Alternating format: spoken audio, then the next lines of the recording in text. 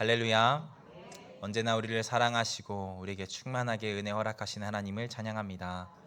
오늘도 그 하나님의 사랑을 신뢰하며 또 주실 은혜를 기대하며 나온 우리 모두에게 하나님께서 기대한 것보다 더 큰 은혜 허락하실 것을 믿습니다. 우리 그리스도인들에게 있어 은혜의 중요성은 100번을 이야기해도 부족할 것입니다. 은혜는 그리스도인의 삶의 원동력이라고 할 수 있죠. 근데 은혜가 그리스도인의 삶의 원동력이라고 하면 이렇게 오해하시는 분들이 있더라고요. 우리가 마치 자동차 같아서 은혜가 다 떨어지면 새롭게 채워야 한다라고 말이죠. 그렇게 은혜를 주유소에서 기름 넣는 것과 비슷하게 생각을 하시는 분들이 있더라는 것입니다. 이번 주에는 조금 내가 지쳤어, 힘들었어.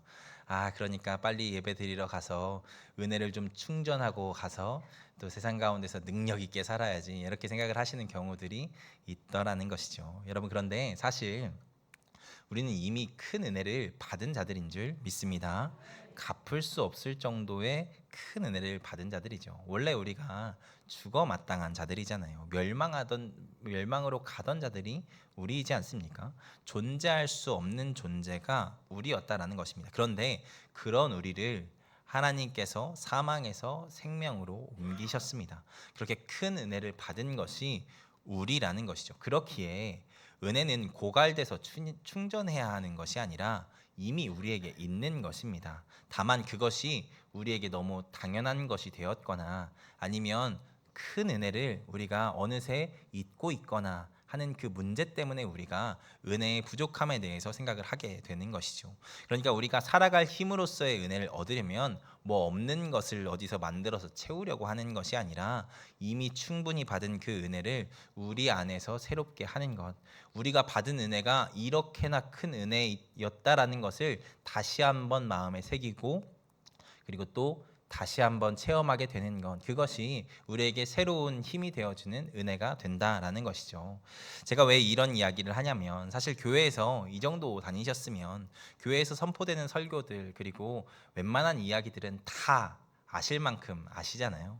들은 이야기 또 듣고 또 듣는 것이 어쩌면 지루하게 느껴지실지 모르겠습니다. 그런데 여러분, 신앙생활이 그런 것이지 않을까 싶습니다. 신앙생활이 우리에게 어떤 새로운 것, 특별한 것을 우리가 경험하는 것이 아니라 우리가 이미 받은 그 은혜들을 말씀 가운데 다시 확인하는 것이지 않습니까?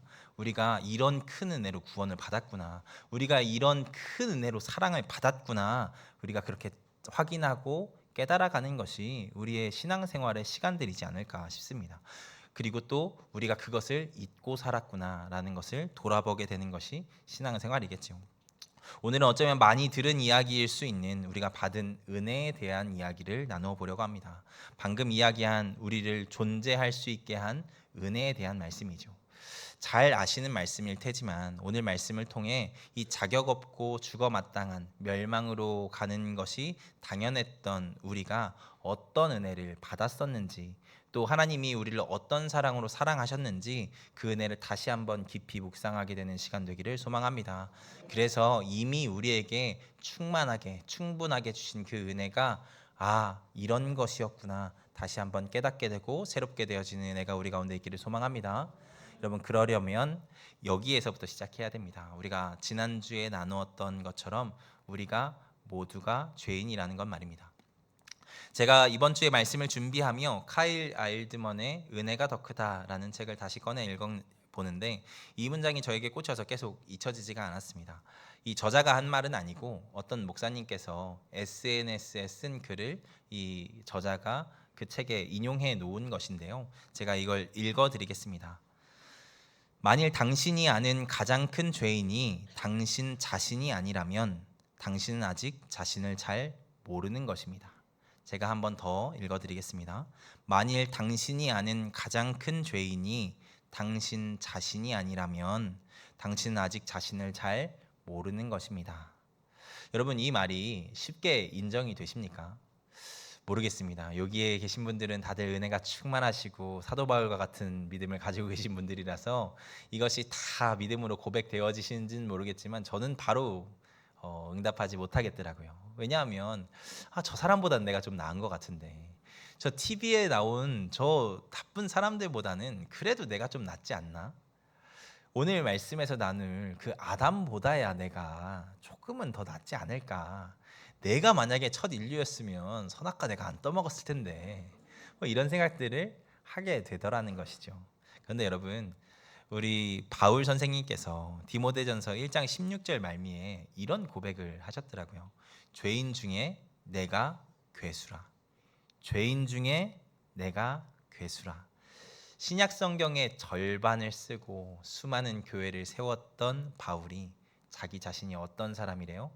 죄인 중에 내가 괴수라. 여기서 바울이 자신이 예전에 죄인이자 괴수의 삶을 살았다라고 이야기를 하는 것이 아닙니다. 지금 이 디모데 전서를 쓰고 있는 지금 내가 죄인 중에 괴수라는 것을 고백하고 있는 것입니다. 디모데 전서를 쓰는 시점이 어쩌면 그의 인생의 거의 말미쯤, 사역의 말미쯤에 쓰여진 서신인데, 그때 그렇게 수많은 업적이 있음에도 불구하고 비교할 만한 수많은 비교군들이 있었을 것임에도 불구하고 사도 바울이 자기 자신이 뭐래요? 내가 곧 죄인 중에 괴수라라고 이야기를 했다라는 것이죠. 바울은 자신이 어떤 자인지 정확히 안 것입니다. 하나님의 거룩한 빛 앞에서 자신을 비춰보니까 하나님의 은혜를 받았음에도 불구하고 여전히 내 속에 끊임없이 솟아오르는 죄성, 교만, 이기심이 너무나도 선명하게 보였던 것이겠죠. 그래서 자신이 죄인 중에 괴수라고 통회하며 고백한 것입니다. 사랑하는 여러분, 우리가 얼마나 큰 은혜를 받은 존재인지를 정확히 알려면 먼저 우리가 어떤 존재인지를 아셔야 합니다. 우리는 여러분 어떤 존재이냐면 너나 할 것 없이 하나님 앞에 자격 없는, 감히 자격을 논할 수 없는 끔찍한 죄인입니다. 바울의 표현을 빌리자면 죄인 중에 괴수가 우리지요. 그것이 성경이 이야기하는 바입니다. 선악과를 따먹은 첫 인류의 후손이 우리잖아요. 게다가 그것을 넘어서 그와 같은 죄성을 가진 자가 우리이고, 그래서 끊임없이 죄를 짓고 살아가는 것이 우리이지 않습니까? 바라기는 이 성령님의 빛 안에서 우리가 그렇게 흉악한 죄인임을 날마다 깨닫게 되는 은혜가 있기를 소망합니다. 지난주에 살펴본 것처럼 아담과 하와는 하나님이 만드신 세상에서 하나님처럼 살아갈 수 있는 모든 것을 제공받았었습니다. 그 엄청난 은혜를 받은 자들이었죠. 하나님께서 정말 왕처럼 살 수 있는 모든 여건들을 마련해 주셨었습니다. 그런데 이들이 거기에 만족하지 않습니다. 더 큰 욕심을 부리지요. 자신이 하나님처럼 되고 싶었던 것입니다. 좀 더 선명하게 이야기하면 그 세상에서 하나님을 몰아내고 자기가 하나님이 되고 싶었던 것입니다. 그런 의미로 선악과를 따먹은 것입니다. 여러분, 이게 얼마나 큰 죄인지 아셔야 합니다. 제가 이것을 조금 다른 예로 한번 설명을 해보겠습니다. 예를 들어서 어떤 사람이 극률한 마음을 가지고 고아원에 가서 부모가 없는 아이를 자신의 자녀로 입양했다라고 한번 생각을 해보겠습니다. 이 자녀를 너무 사랑해서 호적에도 실제로 올리고 정말 자녀와 같이 모든 권한을 주고 대해 주었습니다. 딸은 자기가 직접 낳은 자녀들과도 차이가 없도록 키우려고 최선을 다해서 노력했고 사랑으로 품어내려고 했죠. 그런데 만약에 그 자녀된 자가 거기에 만족하지 않고 그 아비된 자의 집과 재산을 탐하려고 했다라고 한번 생각을 해보겠습니다. 그래서 그 아비된 자가 낳은 자식들을 핍박하고 죽이고 아비까지 죽이려고 했다라고 우리가 한번 생각을 해보자는 것이죠. 여러분, 그렇다면 여러분 아비된 자가 여러분이라면 이 자식을 여러분 용서하실 수 있으시겠습니까? 품어내실 수 있으시겠습니까? 여러분, 저는 못합니다. 그 배은망덕한 자식을 당장 호적에서 파버려야죠. 그리고 그 정도로도 만족 못할 것 같습니다. 내가 낳은 자식도 핍박을 한 것이잖아요. 그러면 내가 어떻게 그를 용서할 수 있겠습니까? 내가 얼마나 큰 사랑을 줬는데 찢어 죽여도 그래도 시원치 않겠죠. 여러분, 그런데 첫 인류가 저지른 죄가 무엇이냐면 이것이라는 것입니다. 선악과를 따먹은 것은 그냥 먹지 말라는 음식 하나 먹은 것이 아닙니다. 아이스크림 먹지 말라고 했는데 아이스크림 먹은 그런 죄가 아니라는 것이죠. 여러분, 선악과를 따먹은 죄는 하나님이 사랑으로 만드신 세상을 완전히 망가뜨린 죄악입니다. 오늘 말씀을 보면 선악과를 따먹음으로 말미암아서 땅이 어떻게 됐다라고 이야기합니까? 저주를 받았다라고 이야기를 하죠. 우리로 인해서 하나님이 보기 좋게, 보시기에 좋게 선하게 창조한 그 세상이 어떻게 됐다고요? 저주를 받았대요. 우리가 그 하나님의 만드신, 너무나도 좋게 만드신 그 자녀와 같은 세상을 끔찍하게 망가뜨려 놓은 자들이라는 것입니다. 그리고 거기에서 만족하지 않고 하나님의 자리를 빼앗으려고 한 자들이 우리라는 것입니다. 그러면 하나님께서 당연히 우리에게 어떻게 하셔야 합니까? 벌하셔야죠. 죽이셔야죠. 심판하셔야죠. 제가 최근에 뇌과학에 대해서 읽은 자료에서 배신을 느끼는 사람의 감정에 대한 글을 한번 읽은 적이 있습니다. 사람이 배신을 느끼면, 배신이라는 감정을 느낄 때 뇌의 어떤 부분이 갑자기 활성화되냐면 전측 대상회 피질이 강력하게 활성화된다라고 합니다. 여러분, 그런데 여기가 어디냐면 칼에 베이거나 뼈가 부러졌을 때 반응하는 곳이 이 곳이라고 합니다. 그러니까 사람이 배신을 당했다라고 느끼면 어떻게 인식하냐면 잠깐 받은 마음의 상처 정도로 아무 신체적인 타격이 없는 그냥 무형의 공격으로 인식하는 것이 아니라 아주 실제적인, 아주 강력한 폭력을 당한 것으로 사람이 인식을 하게 된다라는 것입니다. 저는 이것을 읽고 어쩌면 하나님께서 사람을 만드실 때 배신이라는 것이 그렇게나 괴로운 경험이라는 것을 우리 몸에 새겨 놓으신 것이지 않을까라는 생각을 했습니다. 왜냐하면 하나님께서 그 배신을 경험하셨잖아요. 얼마나 괴로운 일이고 가슴 아픈 일이고 또 속상한 일인지 하나님께서 너무 잘 아시니까 그것의 100분의 1이라도 알아보라고 그렇게 남겨놓으신 것이지 않을까라는 생각을 잠깐 했다라는 것입니다. 여러분, 그런데 우리가 그렇게 하나님을 괴롭게 한 자의 후손이라는 것이죠. 그래서 우리는 존재 자체로 이미 죽었어야 할 자들입니다. 존재하지 않았어야 할 자들이라는 것이죠. 그리고 이것은 우리의 혈통의 문제만이 아닙니다. 사실 여전히 우리가 그렇게 하나님을 괴롭게 하는 자이기도 하잖아요. 우리가 아담의 죄로만 죄인이 아니죠. 우리가 하루에도 얼마나 많은 죄들을 지으며 살아갑니까? 미움, 다툼, 시기, 질투, 거짓, 음란, 교만, 수많은 죄들을 우리가 지으며 살아가지 않습니까? 그러니까 우리가 혈통으로도 자격으로도 우리의 실력으로도 우리는 구원받지 못할 너무나도 흉악한 죄인이라는 것이죠. 사랑하는 여러분, 우리가 바로 그런 자들입니다. 그렇게 구원받을 수 있는 어떤 가능성도 없는 자들이 바로 우리였다라는 것이죠. 이것을 우리가 지식적으로만 우리가 죄인인 것을 아는 것이 아니라 정말 마음 깊이 아는 자들이 되기를 소망합니다. 왜냐하면 하나님께서 그런 우리를 구원하셨으니까요. 우리가 얼마나 큰 죄인인지 알아야 우리가 받은 은혜가 얼마나 큰 것인지 알 수 있는 것이지 않겠습니까? 우리가 탕감받은 빚이 얼마인지 알아야 그 빚도 탕감해 주시고 말도 안 되는 구원의 은혜를 경험하게 하신 이 엄청난 은혜의 폭이 얼마나 큰 것인지 깨달아 알 수 있잖아요. 바울도요, 그렇게 많은 교회를 세우고도 자기가 죄인이라고 하잖아요.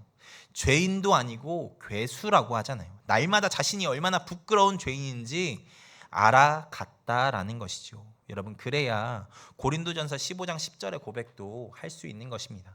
내가 나 된 것은 하나님의 은혜로라 라고 고백할 수 있게 된다라는 것이죠. 바라기는 우리가 혈통으로도 우리의 모든 삶으로도 우리의 어떠함으로도 구원받기에 합당하지 않음을 날마다 깨달아가는 은혜가 있기를 소망합니다. 여러분, 그래야 은혜가 은혜 될 수 있습니다. 그렇지 않으면 은혜가 은혜가 아니라 당연한 것이 되고 별것 아닌 것이 되고 의례적인 것이 되고 우리가 제시하는 순종의 계산서에 하나님께서 응답하신 선물이 될 수도 있습니다. 여러분, 우리가 죄인인지를 그렇게 마음 깊이 알아야 은혜도 얼마나 큰 것인지 고백할 수 있다라는 것이죠. 바라기는 우리가 죄인임을 마음 깊이 알게 되고 고백하게 되는 은혜가 우리 가운데 있기를 소망합니다. 오늘 말씀은 바로 그렇게 구원받기에 합당하지 않은, 바로 죽임 당했어도 할 말이 없을 그 인간을 사랑하셔서 구원하신 하나님에 대한 말씀입니다. 계속 말씀드리는 것처럼 사람은 하나님의 자리를 탐하고 배반함으로 선악과를 먹었습니다. 그런데 결국 선악과를 먹고 그가 얻은 것이 무엇입니까? 벌거벗었다라는 것을 깨달은 것뿐이죠. 7절의 말씀입니다. 제가 읽어드리겠습니다. 이에 그들의 눈이 밝아져 자신들이 벌거벗은 줄을 알고 무화과 나뭇잎을 엮어 치마로 삼았더라. 벌거벗었다라는 것을 알았다는 것은 여러분 이렇게도 볼 수 있습니다.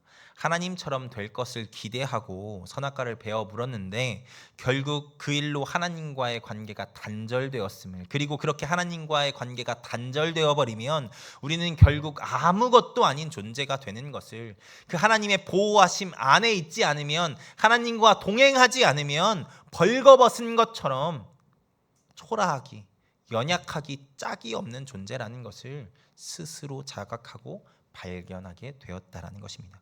이런 죄인된 우리가, 그 인간의 처지가 가장 적나라하게 들어간 그 단어가 치마라는 단어입니다. 본문에서 무화과 나무 잎을 엮어서 치마를 만들었다라고 이야기를 하죠. 여기서 치마라는 단어는 여성분들이 일상적으로 입으시는 예쁘고 화려한 긴 치마나 드레스를 이야기하는 것이 아닙니다.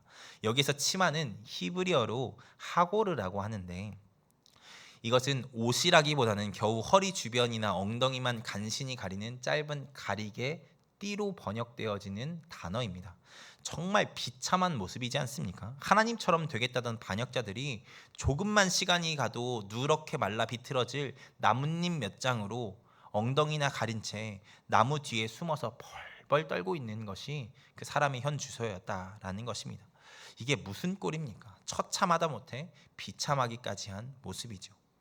여러분, 그런데 바로 여기에서부터 놀라운 장면이 등장합니다.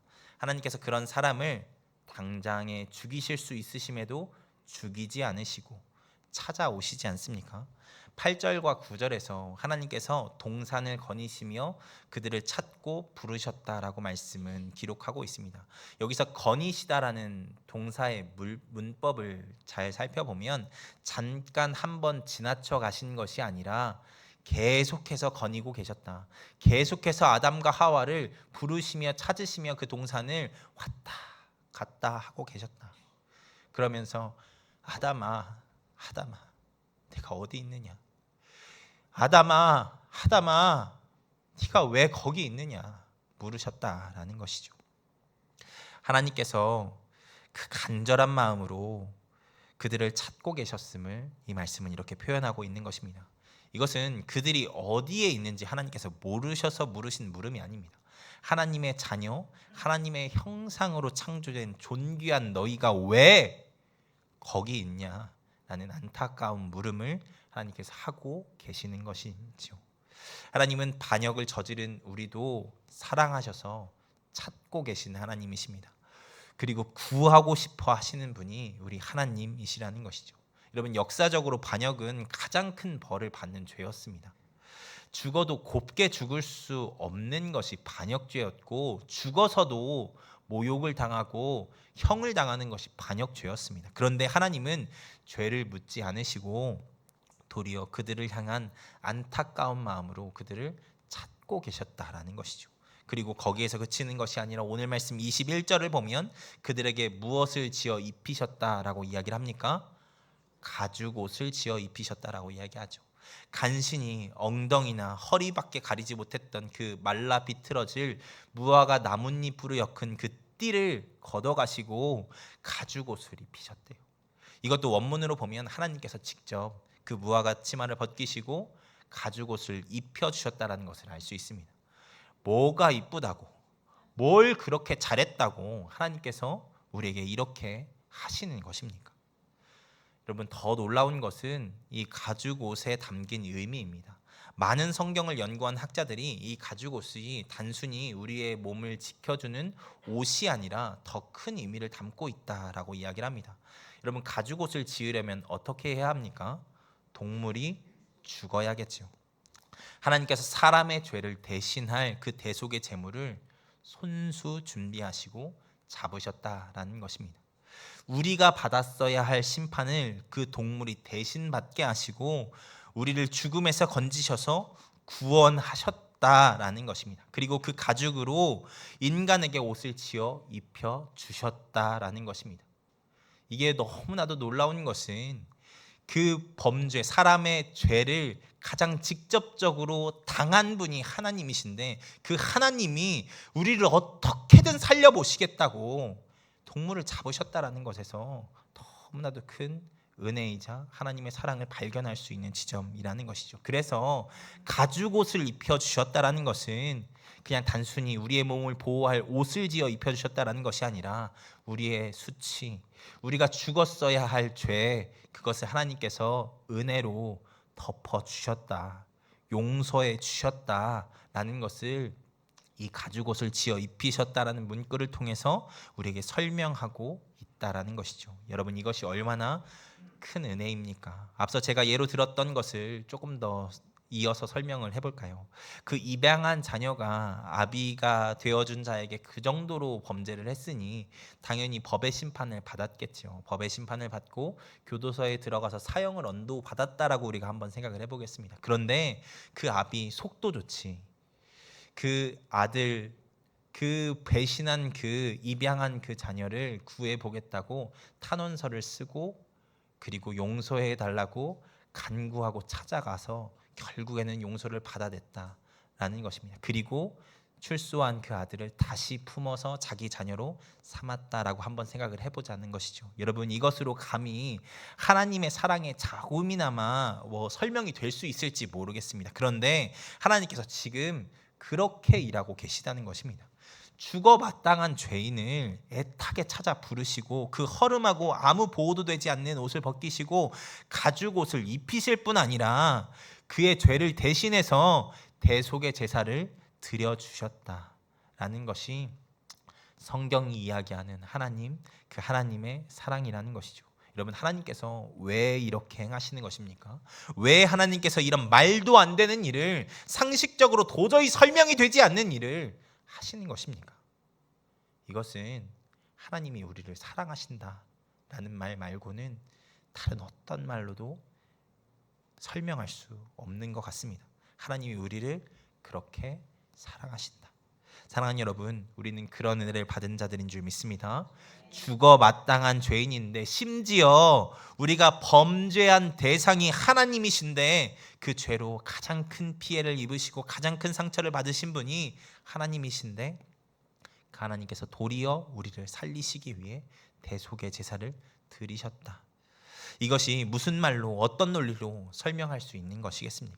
누가 반역자를 살려줄 뿐 아니라 품어줍니까? 그를 위해서 옷을 지어 입힐 뿐 아니라 죄를 대속하는 제사를 대신 드려줍니까? 이것은 사실 말도 안 되는 것이죠. 그런데 성경은 그렇게 하나님께서 우리를 사랑하신다는 것을 첫머리부터 이야기해주고 있는 것입니다. 우리가 얼마나 이루 말할 수 없는 더러운 죄를 짓고 배은망덕한 존재인지를 설명함과 동시에 하나님께서 그럼에도 불구하고 그런 우리를 어떤 사랑으로 사랑하셨는지를 그 시작에 관하여 말하는 이 말씀의 첫머리에서부터 이야기하고 계시다라는 것이죠. 바라기는 우리가 그 하나님의 놀라운 은혜로 존재할 수 있게 됐다는 것을 꼭 기억하는 자들 되기를 소망합니다. 우리는 그 은혜를 받은 자들입니다. 하나님께서 당장 멸하셨어도 될 그 첫 인류의 범죄의 사건에서 그들과 그들의 후손인 우리를 하나님께서 너무나도 사랑하셔서 바로 죽이지 않으시고 구원하신 그 하나님의 은혜를 받은 존재가 우리라는 것이죠. 그것이 우리에게 주어진 생명입니다. 그래서 그리스도인은 존재할 수 있게 된 은혜를 경험한 자들이라는 것입니다. 사실 이것만으로도 우리는 충분한 은혜를 받은 것입니다. 우리가 받을 수 없는 것을 받은 것이잖아요. 더 은혜가 필요하지 않을 만큼 충분한 은혜를 이미 받았다라는 것입니다. 그래서 하나님께서도 바울에게 이렇게 말씀하시죠. 내 은혜가 내게 족하다라고 말입니다. 바라기는 우리가 날마다 하나님의 그 족한 은혜를 체험하고 경험하고 만족하며 나아가는 우리가 되기를 소망합니다. 그 은혜가 얼마나 큰 것인지, 얼마나 충분하고 충만한 것인지 날마다 고백하며 나아가는 우리가 되기를 소망합니다. 여러분, 그런데 여기에 더 놀라운 것이 있습니다. 하나님이 구원을 당장 죽음을 유보하시는 정도의 구원에서 끝내지 않으시고 우리를 영생에 참여하여 다시 한번 하나님의 자녀가 되는 그 구원도 이 자리에서부터 계획하셨다라는 것입니다. 이것이 오늘 우리 이번 주에 새길 말씀으로 우리가 계속 읽을 3장 15절의 말씀입니다. 이것을 주보에 있는 그 것을 보시고 우리가 같이 한번 읽어보도록 하겠습니다. 같이 읽겠습니다. 내가 너로 여자와 원수가 되게 하고 여자의 후손은 내 머리를 상하게 할 것이요 너는 그의 발꿈치를 상하게 할 것이니라 하시고. 아멘.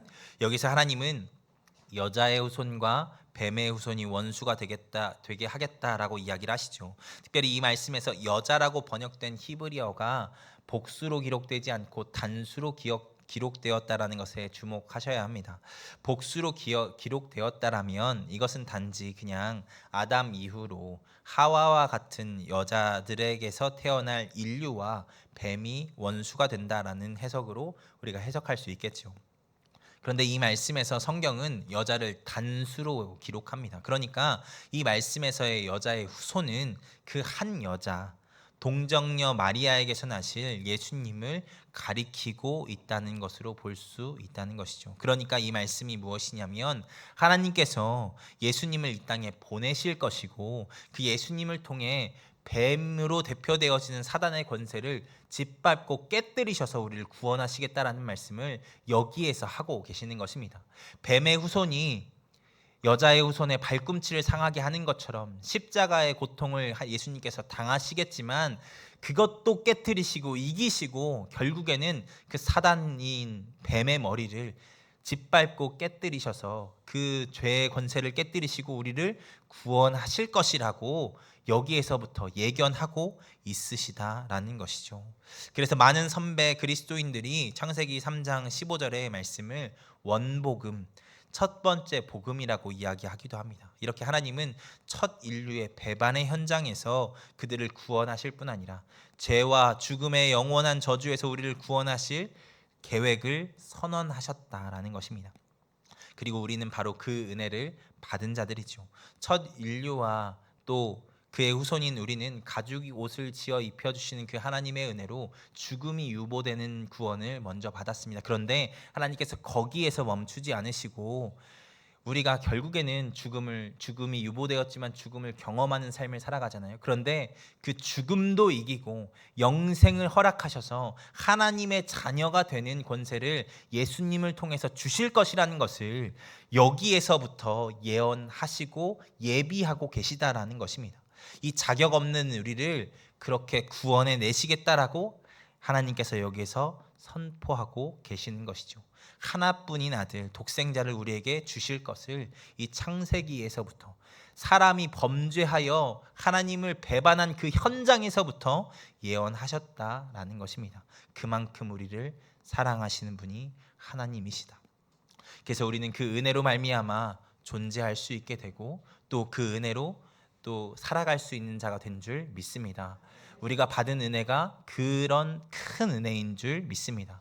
바라기는 우리가 그 은혜 가운데 날마다 감사하며 살아가는 자들 되기를 소망합니다. 갚을 수 없이 이렇게 큰 은혜를 우리가 날마다 더 깊이 알아가고 묵상케 되는 은혜가 있기를 소망합니다. 여러분, 한 가지만 덧붙이고 말씀을 마무리하려고 합니다. 여러분, 그 은혜 가운데 깊어지는 것은 그냥 사라지는 대로 살았을 때 기적같이 주어지는 은혜가 아닙니다. 우리가 하나님께 집중하고 말씀 가운데 기도 가운데 나아갈 때 하나님께서 깨닫게 하시고 알게 하시고 또 그 가운데 주시는 놀라운 은혜로 깊어지게 하시는 것이죠. 그래서 여러분, 우리가 그 은혜 가운데 깊어지길 원하신다면, 날마다 그 하나님의 은혜 안에 살아가기를 원하신다면 말씀과 기도 그리고 예배의 생활 가운데서 소홀히 하시면 안 됩니다. 하나님께서 그 가운데 우리가 하나님이 얼마나 큰 사랑으로 우리를 사랑하셨는지 깨닫게 하시고 알게 하실 것이기 때문입니다. 바라기는 우리가 날마다 그 하나님의 은혜 가운데 깊어지는 자들 되기를 소망합니다. 말씀과 기도와 예배 가운데서 하나님께서 주시는 놀라운 은혜 가운데서 그것을 깨닫고 또 그 은혜 가운데 감사하며 살아가는 우리 모두가 되기를 주님의 이름으로 축원드립니다. 기도하겠습니다.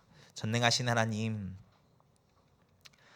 감사합니다. 자격 없는 우리를 구원하시고 사랑하여 주신 그 은혜를 우리가 말씀을 통하여서 들었습니다. 하나님, 우리가 얼마나 큰 사랑을 받았고 얼마나 큰 은혜를 입은 자들인지 말씀을 통하여서 들었사오니 하나님, 우리가 이것 잊지 않고 날마다 그 은혜 가운데 살아가는 우리가 될 수 있도록 주님 붙잡아 주시옵소서. 하나님, 바울이 내가 죄인 중에 괴수라고 고백했다라는 것을 우리가 또한 기억해 하시고 날마다 우리가 얼마나 부족한 자인지 깨달아 알아서 또한 그 가운데 부어주신 하나님의 은혜가 얼마나 놀랍고 큰 것인지 더 깊이 깨닫게 되는 우리가 될 수 있도록 주님 붙잡아 주시옵소서. 그리하여서 날마다 그 하나님의 은혜 가운데 감격하고 감사하며 하나님, 우리에게 주어진 삶을 살아가는 우리 모두가 될 수 있도록 주님께서 붙잡아 주시옵소서. 감사합니다. 사랑합니다. 예수 그리스도의 이름으로 기도하였습니다. 아멘.